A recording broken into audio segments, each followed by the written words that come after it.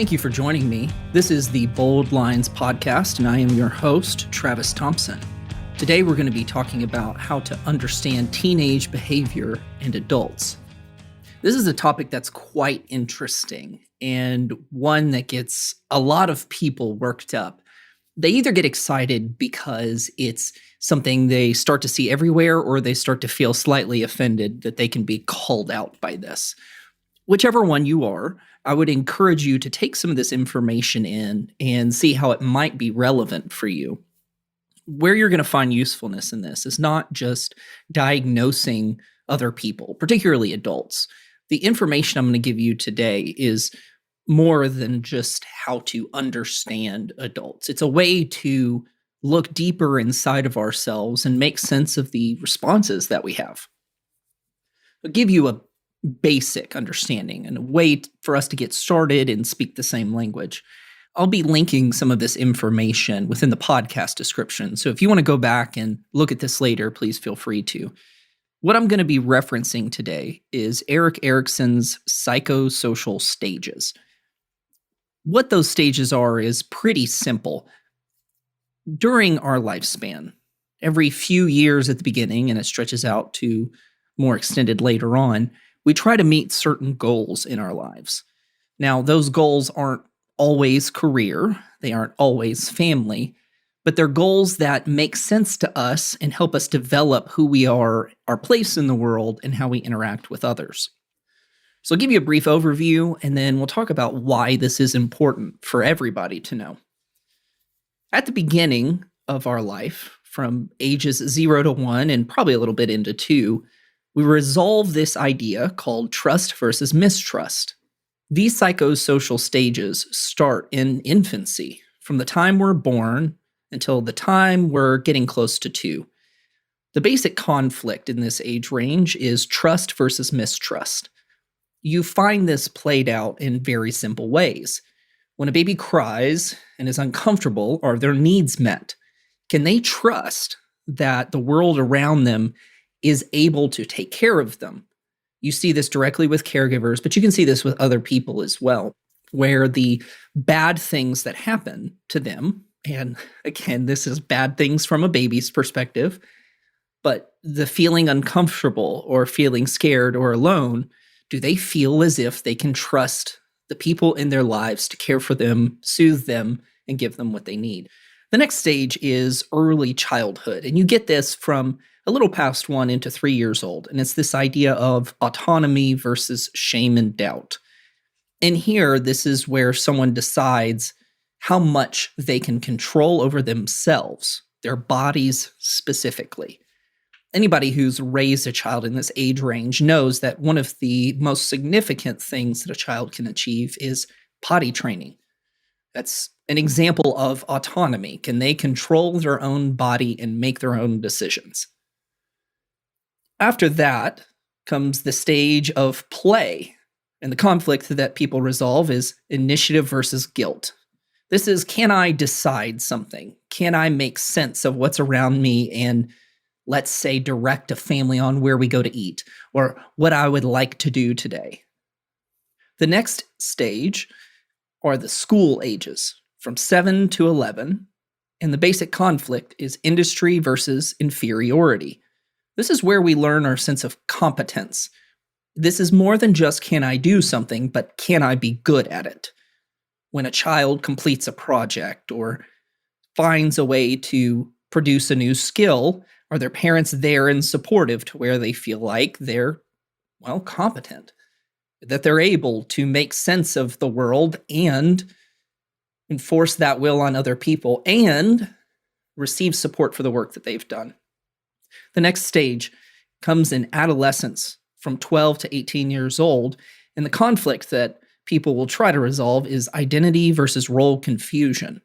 If anyone has had a child in this age range or can remember it in themselves, this is where everybody tries on different hats, different roles, different identities. And I'm so thankful I was not incredibly active on social media during these stages. And if the pictures are still on my Facebook by the time this episode is recorded, they won't be anymore. But this is where everyone decides who they are, or at least they think they know who they are. After that comes early adulthood. Those are ages 19 to 29. This is intimacy versus isolation.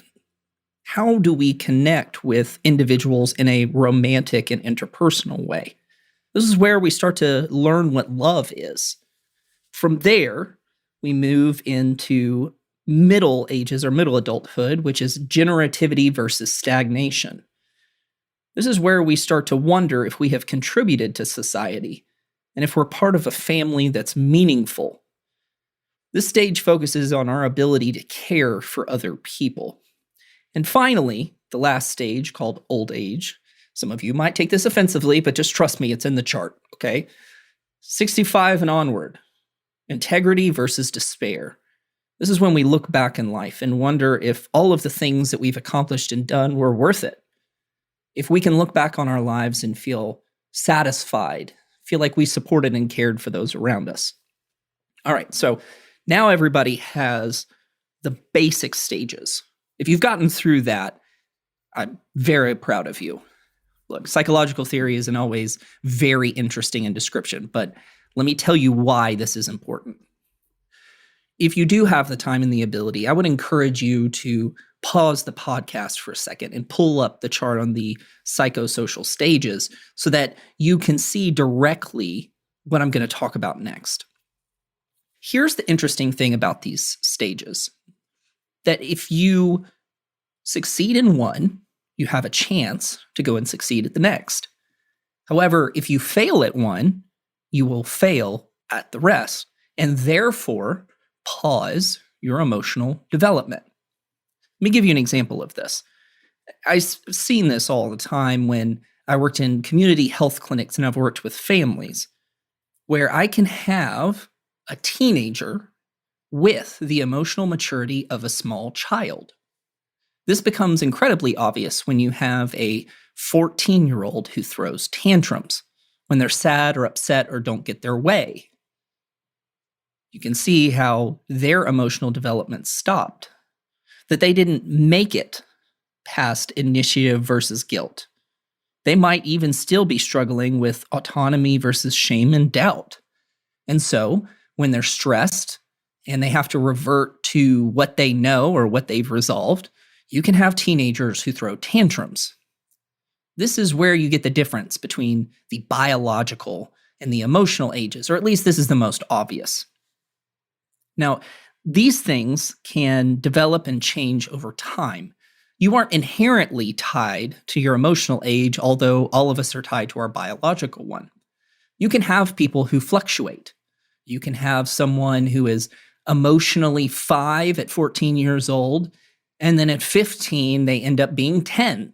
This is done through considerable work.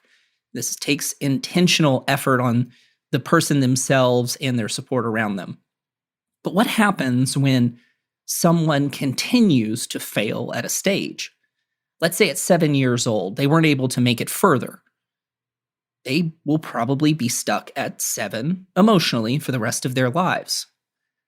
But you might be rightfully asking, wait a minute, how does someone get stuck emotionally?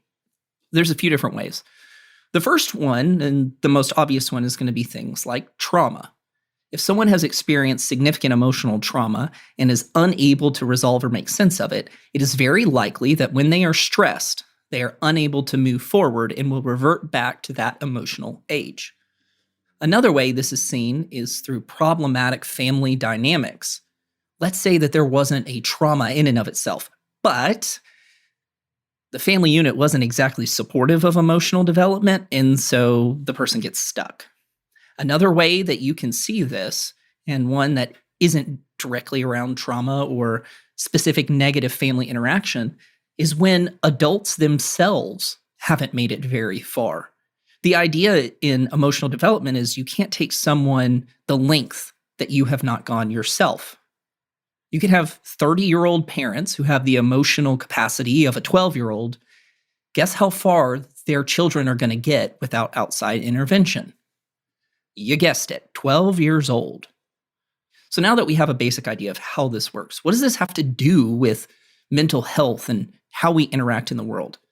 Well, number one, emotional development isn't always a mental health issue. This is simply something that we can develop socially. If I have a 30-year-old in my office and they have the emotional capacity of a 12-year-old, that doesn't necessitate that they get a diagnosis, but it is important to understand. I'm going to counter this with something incredibly important that we're seeing outside of the therapy office. Think about things like social media in the news. And stop and consider for a second. How old do people sound on these platforms? When you go on something like Twitter, now called X, or Facebook, or YouTube, or whatever it is, how old do people sound? Do they sound impulsive? Do they sound short-tempered? Do they sound as if they are unable to think of anything in an abstract way or obsessed with their own point of view? How old do those people sound? I can't exactly name the research article that a professor told me about, but back when I was in grad school, I had a professor tell me that he had done some research or had been connected to it on the emotional maturity of people as they enter college, around that 18, 19 years old range. And the thing that he pointed out was that over time, the emotional development has shrunk.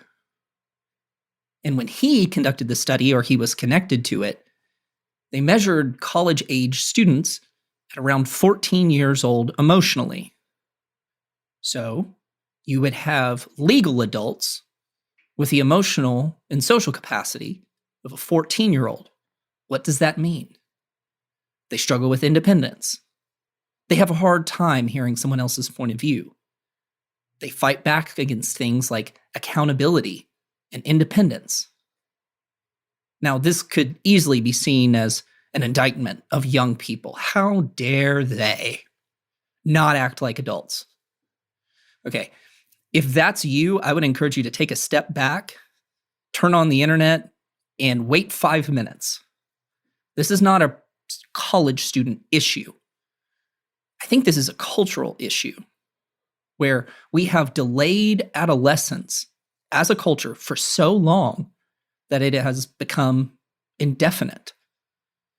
No longer are we expected to contribute to society starting at a young age. You can just be an adolescent as long as you want. Why would you emotionally progress if there's no pressure? And let's add one more step to this. Why would a child who turns into an adult progress emotionally if their parents haven't done it themselves and their peers' parents haven't done it either? You can have biological adults raising emotional children, and those emotional children raise more emotional children. And so you can end up with generations of emotional children who act impulsively, don't take accountability, struggle with their sense of identity, and lack any consideration for the generations behind them. Now, this isn't a political stance one way or another, but is simply an observation of the world we're seeing around us. You can see these emotional developmental concerns when people are in times of high stress. I would encourage you to stop for a second and look at your own life. When you feel stressed and overwhelmed, particularly if there's someone in front of you that's irritating, when you feel attacked or wrong, if someone were to video you and play it back, how old do you sound? What do your gestures look like? How do you use your words? Do you have the capacity to stop and think and self-reflect in the moment?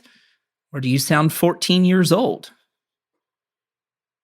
Now, somebody's probably going to be feeling attacked by that, and I am pretty sure I'm okay with that. Because here's the thing. There's a way to deal with it, but if you don't recognize it, you won't be able to deal with it.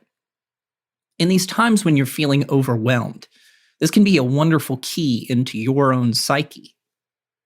Whether it was from trauma, harmful family dynamics, or just a lack of support, you might have some sort of indication on where things went wrong for you in your own life. Spending some time with the incarcerated population is incredibly enlightening from this perspective, because you have grown men and women who have the emotional capacity of children and teenagers, except instead of timeouts and groundings, we get felonies. Am I calling everyone who's ever been incarcerated a child? No. But dadgummit, if there's not a pattern there. So let's talk about what this looks like in other people and how I actually use it in therapy all the time. So let's imagine that you are aware of your emotional age when you're stressed or overwhelmed.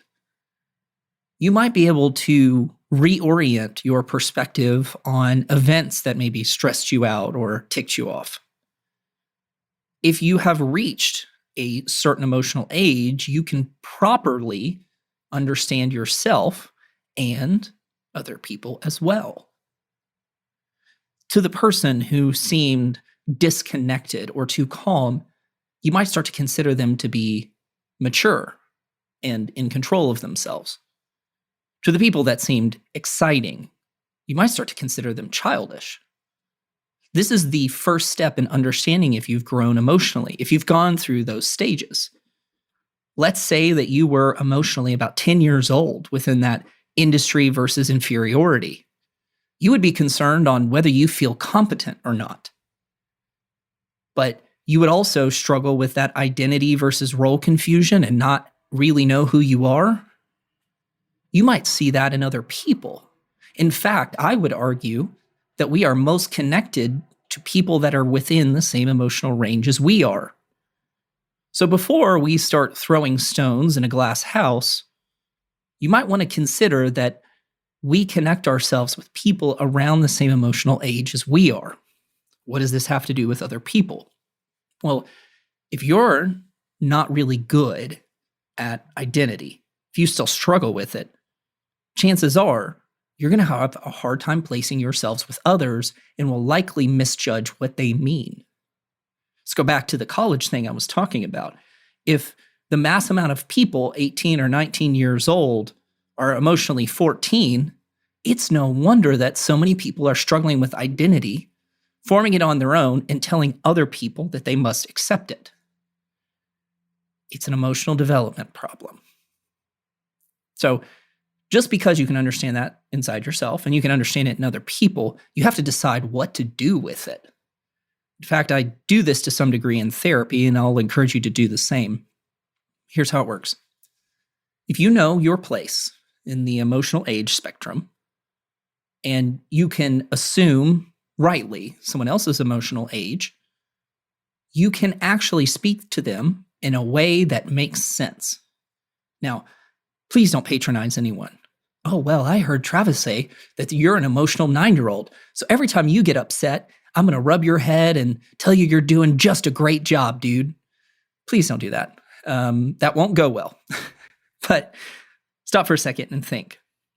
If someone you care about is, let's say, an emotional 5-year-old, and they're struggling with initiative versus guilt, you might support their drive for purpose, that they can create things and make a difference. So instead of saying, "Good job, little guy, I really appreciate you," you might say something like, "Wow, you really stepped up there and took it on for yourself. That's awesome."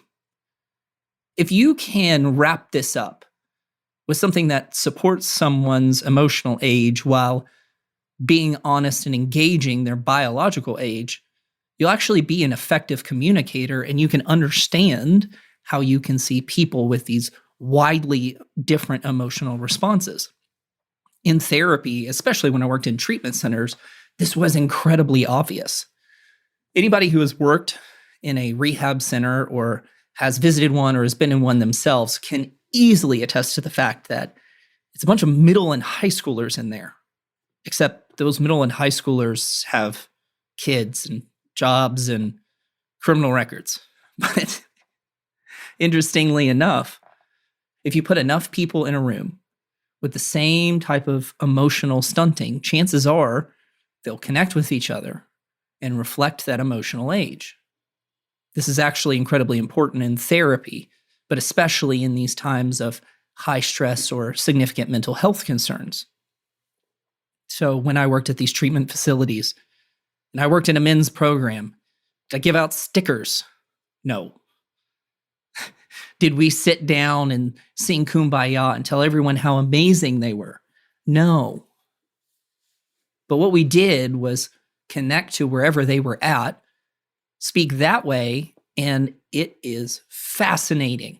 It's almost magical how well that worked. I even do this with my clients today. Now, if you're one of my current or past clients and you are listening to this podcast, I hope you have a slightly aha moment or you've got to be kidding me moment. If you've been one of my clients, I have absolutely done an evaluation on your emotional age. And chances are you have felt heard and supported because of it. It's like I said before, it's like magic. If you know where people are coming from, you can speak to them in that way. So how does this make sense of the world around us? Well, for one, just because someone is emotionally 15 does not mean that we have to give them the responsibility of being 15. If you're 30 years old and you have kids, you have a family, don't come in here demanding that your adolescence be extended. Grow up. Now, I don't mean that in a necessarily demeaning way, but in a way that calls you to continue these psychosocial stages. Gain a real identity, something that is solid, gives you meaning and purpose and connects you to the community around you. And then you can work on intimacy versus isolation. You can form an actual romantic attachment to your partner. So yes, am I going to tell people in my office that really struggle with this to grow up? Yeah, but probably won't word it like that. Here's where we can use this wherever we go. For the people you care about, how old do they sound? When they get overwhelmed or stressed, or they yell at you, can you hear it? If you were to take a step back, remove the person in front of you and just take the content that they're saying, how they're saying it, and how they're positioning themselves. And you can do that in an accurate and effective way. You can probably become a very effective communicator. And you can accurately understand how to help other people. If you're not very confident in wanting to do this with other people just yet, go online, listen to some interviews as two people are arguing back and forth. And pay attention to what happens when one person becomes stressed or overwhelmed. How old do they sound? This is a neutral third-party thing to do, but it can certainly work and give you insight. I will give a word of warning here. This idea of emotional versus biological age can be used as a weapon. I'm begging you, please don't. Technically speaking, you could become more manipulative with this knowledge. I'm assuming that you're not a jerk. Please don't prove me wrong.